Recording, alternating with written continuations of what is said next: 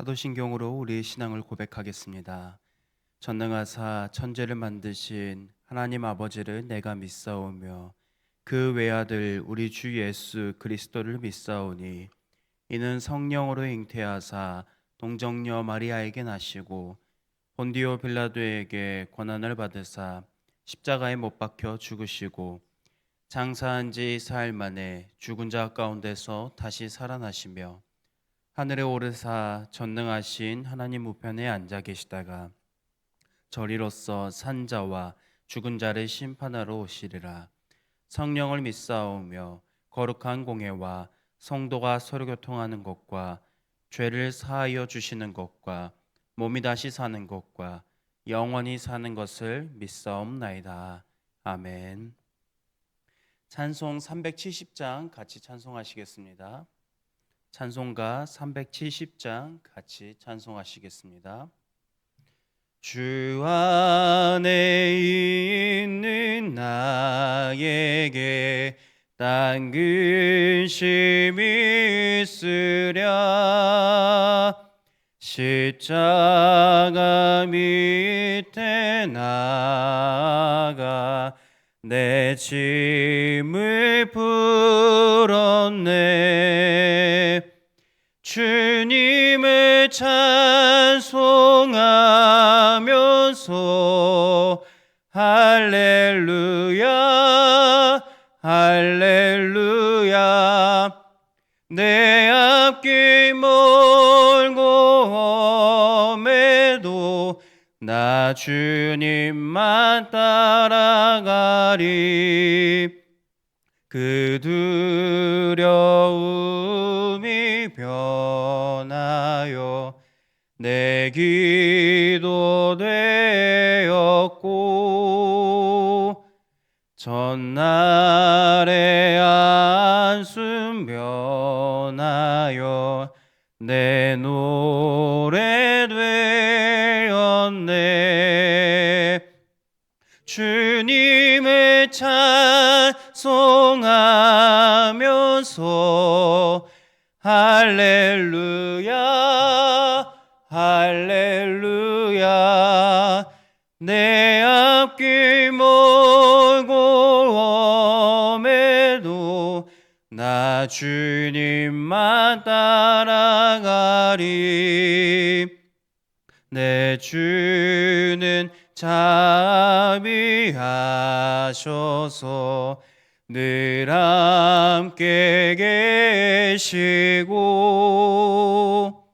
내 궁핍함을 아시고 늘 채워주시네. 주님을 찬송하면서 할렐루야 할렐루야 내 앞길 멀고 험해도 나 주님만 따라가리. 내 주와 맺은 언약은 영불변하시니 그 나라 가기까지는 늘 보호하시네. 주님을 찬송하면서 할렐루야 할렐루야 내 앞길 멀고 험해도 나 주님만 따라가리. 변함없이 우리와 함께 하시는 아버지 하나님, 그 은혜에 감사드립니다. 오늘 우리가 찬양으로 함께 고백한 것처럼 우리의 인생이 평탄치 않더라도 함께 하시는 주님을 따라 살게 하여 주시옵소서. 또한 우리가 두려울 때 하나님께 기도하게 하시고 또 우리의 기도를 들으시고 응답하시는 하나님의 은혜를 경험하여 우리의 한숨이 주님을 향한 찬양으로 변화되게 하여 주시옵소서. 지금도 살아계셔서 역사하시는 예수 그리스도의 이름으로 기도합니다. 하나님의 말씀 시편 1절에서부터 18절 말씀입니다. 하나님의 말씀 시편 1절에서부터 18절 말씀입니다. 우리 한 절씩 교독하겠습니다. 여호와여 어찌하여 멀리 서시며 어찌하여 환난 때에 숨으시나이까. 그들이 자기가 베푼 꾀에 빠지게 하소서. 악인은 그의 마음에 욕심을 자랑하며 탐욕을 부리는 자는 여호와를 배반하여 멸시하나이다. 여호와께서 이를 감찰하지 아니하신다 하며 그의 모든 사상에 하나님이 없다 하나이다. 그의 길은 언제든지 견고하고 주의 심판은 높아서 그에게 미치지 못하오니 그는 그의 모든 대적들을 멸시하며 흔들리지 아니하며 대대로 환난을 당하지 아니하며 그의 입에는 저주와 거짓과 포악이 충만하며 그의 혀 밑에는 잔해와 죄악이 있나이다.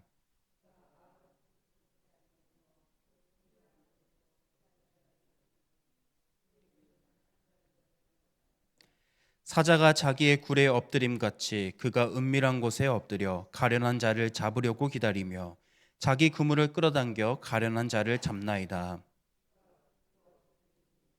포악으로 말미암아 가련한 자들이 넘어지. 그가 그의 마음에 이르기를 하나님이 잊으셨고 그의 얼굴을 가리셨으니 영원히 보지 아니하시리라 하나이다. 가난한 자들을 잊지 마옵소서. 어찌하여 악인이 하나님을 멸시하여 그의 마음에 이르기를 주는 감찰하지 아니하리라 하나이까. 감찰하시고 주의 손으로 갚으려 하시오니 외로운 자가 주를 의지하나이다. 주는 벌써부터 고아를 도우시는 이시니이다. 악인의 팔을 꺾으소서. 악한 자의 악을 더 이상 찾아낼 수 없을 때까지 찾으소서. 나라들이 주의 땅에서 여호와여 주는 겸손한 자의 소원을 들으셨사오니 그들의 마음을 준비하시며 귀를 기울여 들으시고 고아와 압제당하는 자를 위하여 심판하사 세상에 속한 자가 다시는 위협하지 못하게 하시리이다. 아멘. 우리는 어제 시편 9편의 말씀을 함께 살펴보았습니다. 9편은 하나님께서 정의와 공의로 세상을 다스리시는 왕이시며 악인을 심판하시고 의인을 붙드시는 분이심을 찬양하고 감사하는 시였습니다. 오늘 우리가 읽은 이 시편은 9편과 이어지는 시이지만 분위기가 달라졌습니다. 먼저 1절을 보면 질문으로 시작합니다. 여호와여 어찌하여 멀리 서시며 어찌하여 환난 때에 숨으시나이까? 이 질문은 하나님을 믿지 못해서 하는 말이 아닙니다. 다윗은 하나님을 믿었지만 현실이 너무 힘들고 그가 지금 겪어가고 있는 상황은 여전히 변함없이 악인이 형통하고 있는 삶을 바라보고 있기 때문에 하나님께 드리는 솔직한 기도입니다. 1절을 조금 더 이해하기 쉽게 바꿔본다면 이렇게 말할 수 있는 것 같습니다. 주님, 언제까지 주님의 심판을 기다려야 합니까? 주님, 저의 기도를 들어주고 계시는 거 맞습니까? 기도해도 상황은 변하지 않고 하나님께서 침묵하는 것처럼 느껴질 때가 있습니다. 오늘 본문을 보면 다윗은 바로 이러한 상황에서 그의 감정을 솔직하게 드러내며 하나님을 찾고 하나님께 기도했습니다. 이어지는 내용을 보면 시편의 9편과는 다르게 악인을 중점적으로 계속해서 서술하고 있습니다. 악인의 특징을 이렇게 기록합니다. 악인은 교만하며 자신의 욕심을 자랑하고 하나님이 없다라고 말합니다. 또한 힘없는 사람을 노리고 가난한 사람을 억압하고 괴롭힙니다. 이러한 것들을 2절, 3절, 4절, 8절, 9절, 10절 이렇게 길게 서술하면서 악인들의 특징은 이러합니다라고 기록하고 있습니다. 무엇보다 이러한 악인들의 특징에는 마음에는 공통된 생각이 있습니다. 바로 본문 11절 말씀입니다. 그가 그의 마음에 이르기를 하나님이 잊으셨고 그의 얼굴을 가리셨으니 영원히 보지 아니하시리라 하나이다. 이 구절은 다윗이 말하는 게 아니라 악인의 마음속의 독백인 것입니다.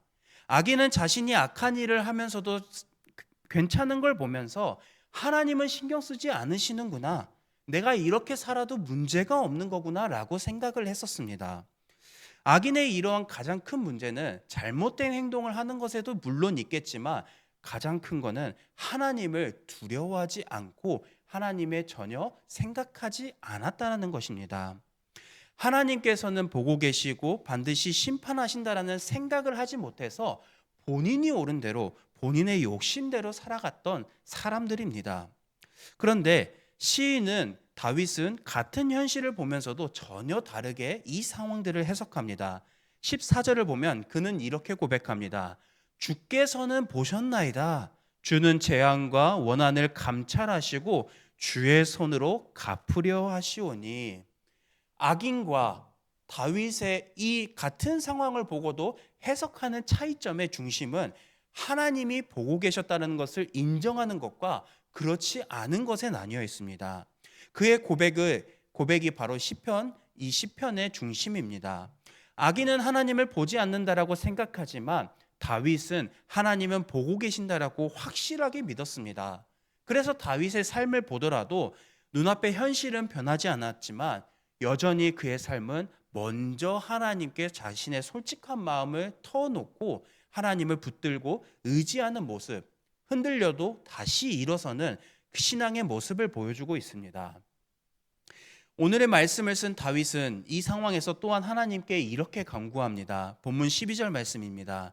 여호와여 일어나옵소서, 하나님이여 손을 두옵소서, 가난한 자들을 잊지 마옵소서. 여기 본문에서 등장하는 가난한 자들은 당시에 어려움을 겪고 있는 하나님을 믿는 백성들을 의미합니다. 또한 여호와여 일어나옵소서, 이 말씀은 하나님께서 주무시다가 일어나신다라는 뜻은 아닙니다. 하나님, 이제는 하나님의 정의와 공의로 이 세상에 하나님의 일하심을 나타내 주옵소서라는 간절한 기도가 담겨 있는 것입니다. 다윗은 하나님께서 때가 되면 억눌린 자를 위해서 반드시 악을 심판하시고 억울한 사람들, 가난한 사람들, 성도들을 도와주실 것을 믿으며 기도했습니다. 그렇게 기도한 다윗은 마지막에 이렇게 고백합니다. 본문 16절입니다. 여호와께서는 영원무궁하도록 왕이시니. 시편 9편에서 고백했던 내용을 다시 여기에서 드러내며 고백하고 있는 것입니다. 하나님은 세상을 정의와 공의로 다스리시는 왕이십니다. 여호와께서는 영원무궁하도록 왕이시니라고 고백하는 것입니다. 처음에 1절의 말씀을 우리가 다시 한번 기억해 보면 주님 왜 멀리 계십니까? 왜 상황은 변하지 않습니까? 라고 기도했던 다윗의 그 기도의 시작이 이제는 하나님은 영원히 왕이십니다 라고 고백하는 기도로 마무리를 합니다. 다윗이 겪었던 상황은 오늘날 우리가 겪는 현실이기도 합니다. 우리는 문제를 놓고 기도할 때가 분명히 있습니다. 기도한다고 해서 문제가 해결될 때도 있지만 당장 지금 바로 응답되지 않을 때가 더 많은 것 같습니다.